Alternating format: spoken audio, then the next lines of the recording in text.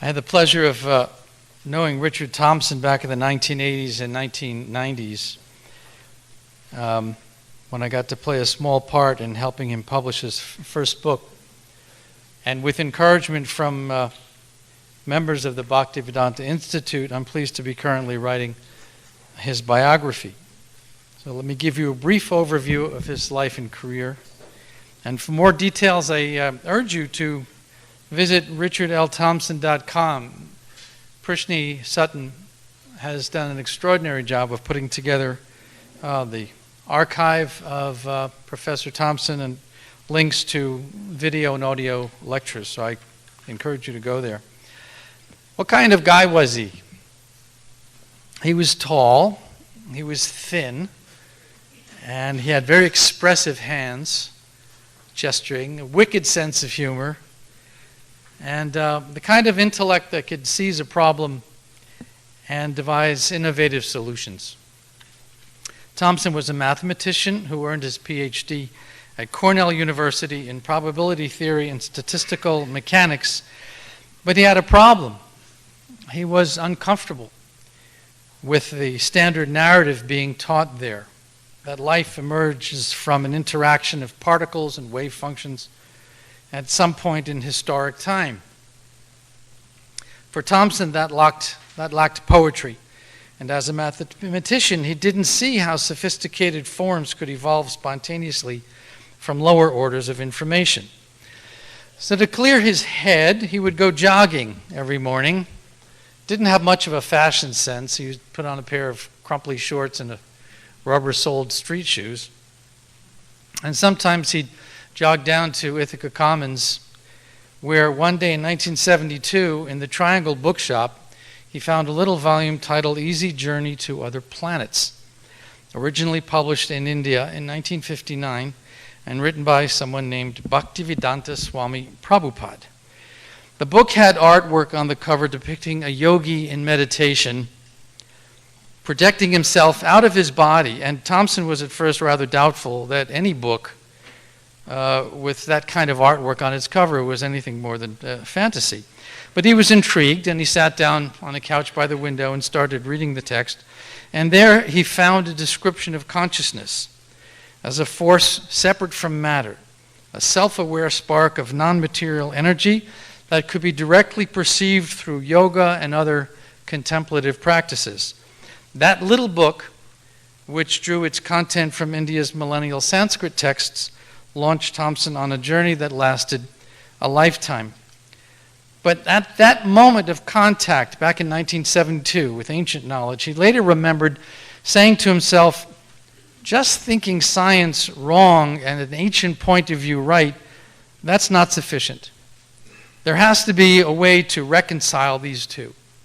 Could this Vedic ancient Indian perspective be a lens through which we can see reality as something more than matter? If consciousness did not evolve from within matter, was there something prior to the moment of the material creation? Where does consciousness come from? He also later described thinking, there must be more people like me out there, frustrated by the inconsistencies of reductionist science. And if I can put these two things together, an Eastern and Western way of knowing, maybe I can help others who are also looking for something more than mechanistic explanations of life. So by 1974, Thompson had become a student of Bhaktivedanta Swami, the author of that little book, and was invited to join other PhD students in the Bhaktivedanta Institute, our hosts here this weekend. Over the following 40 years, he managed both a career in research and academia and a prodigious outpouring of writings and recordings on the Vedic view of the universe.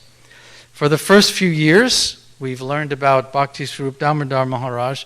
They worked in partnership together, later known by his title, Bhakti Swarup Damodar Maharaj. It was an extraordinary partnership, with Thompson and Singh co-authoring many of the Institute's first monographs. One of Thompson's objectives was to rectify the misimpression that the Sanskrit texts were nothing more than Hindu mythology. And he took that objective quite seriously, since he understood that there was a lot at stake. His training under his guru, Prabhupada, had made clear to him that much of the world's sadness and strife could be traced to ignorance of the nobility of consciousness. And he spent the balance of his life attempting to set the record straight.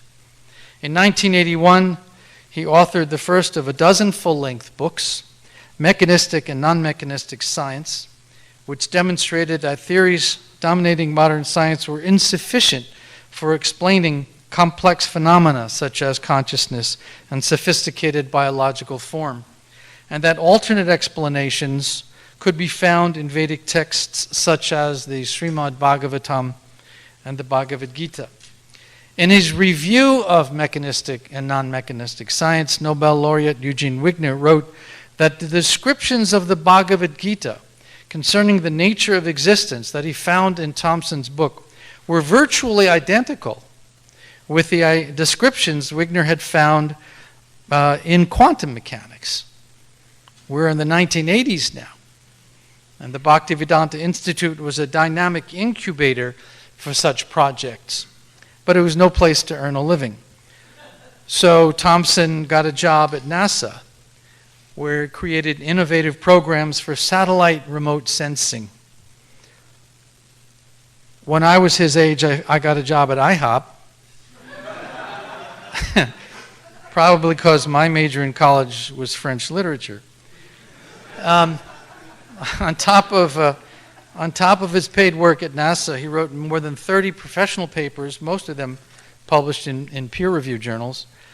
I chose one example to show you here. In 1987, for a workshop sponsored by the Hungarian Academy of Sciences, he presented, along with colleague Narendra Goel, Movable Finite Automata, a new tool for computer modeling of living systems, which was later published in the Journal of Theoretical Biology.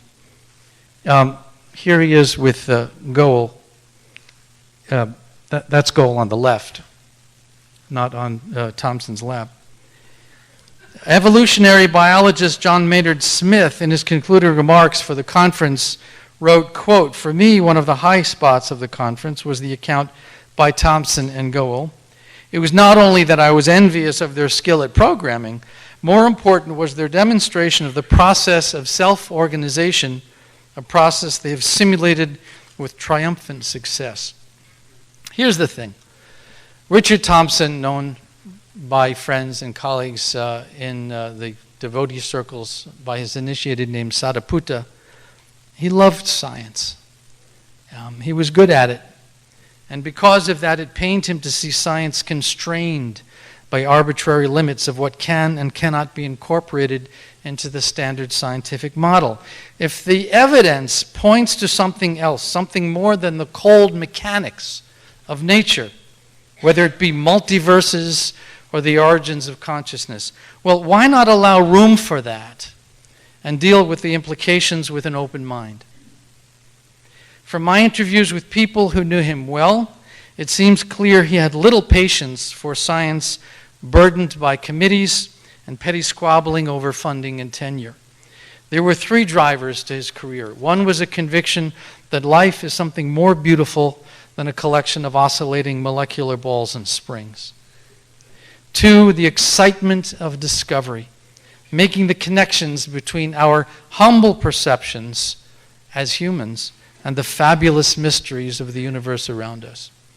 And three, the size of the endeavor, the possibility of making a real, tangible difference, not only to improve people's lives materially, but to also encourage their spiritual pursuits. The late 1980s were a period of extraordinary productivity for Richard Thompson, which included production of numerous instructional videos. And in 1985, he published Vedic Cosmography and Astronomy, which addressed in greater detail the correspondence between the Sanskrit texts and the universe as perceived with sophisticated orbiting telescopes. I will mention only one other book. In 1993, Thompson and Michael Cremo, who is here with us today, co-authored Forbidden Archaeology, a provocative investigation of human antiquity.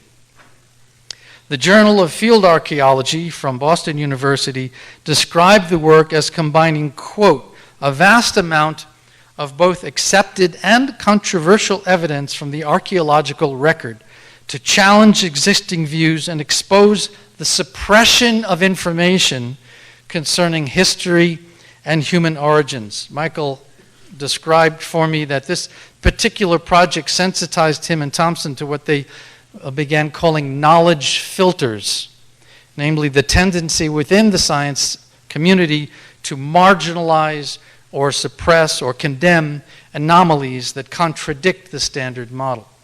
For example, in a scathing review, Skeptic magazine characterized forbidden archaeology as, quote, frustrating because it mixes together a genuine contribution to our understanding of the history of archaeology with a bewildering mass of absurd claims and an audaciously distorted view of the current state of paleoanthropology. Thompson loved it. He loved that. The more controversy, the merrier as far as he was concerned. This was just the kind of energy he was seeking to stimulate, because he wanted to challenge the bad habit of blindly accepting what science has to say on face value. He wanted to draw attention to anomalies and to ancient teachings that had something useful, something important to contribute to our understanding of the nature of life and the universe. And he knew that scientists who dared do that risked being branded as heretics and losing not only their credibility, but also their chances for publication, funding, and tenure. Thompson understood the risks of that pushback and worked to demonstrate mathematically that there are credible correlations between modern calculations and the Puranic calculations, for instance, of the diameters of the planets, or the distance, the calculation of distances from Earth to the Sun and other planets, and the duration, the extent of orbits, which the Puranas describe with extraordinary accuracy. This information can be found in manuscripts dating back 1,000 years or more, long before sophisticated tools of spatial observation. Perhaps, after all, the ancients did know a thing or two. So if he were here today, I think Richard Thompson would offer you all words of encouragement that the brightest theorists inevitably work on the margins, on projects that just cannot be verified experimentally, at least not in the foreseeable future. Supergravity, grand unification, superstrings, supersymmetry, brilliant stuff, but you can't prove any of this by experiment. So have we reached the limits of knowledge? Is the universe a cold, empty, cosmic joke? Is the final reality not only meaningless, but also unprovable? Thompson would steeple his fingers together, look up thoughtfully, and say, well, here's another point of view worthy of consideration. Let me close with a quote from Einstein that Thompson's teacher, Srila Prabhupada, once passed along to a student in a letter in 1968, and I believe it is a sentiment that in many ways summarizes the career of Richard Thompson. The fairest thing we can experience, Einstein wrote, is the mysterious. It is the fundamental emotion which stands at the cradle of true art and true science. He who knows it not and can no longer wonder, no longer feel amazement, is as good as dead, a snuffed-out candle. A knowledge of the existence of something we cannot penetrate, of the manifestations of the profoundest reason and the most radiant beauty. It is this knowledge and this emotion that constitute the truly religious attitude. In this sense, and in this sense alone, I am a deeply religious man. Thank you very much.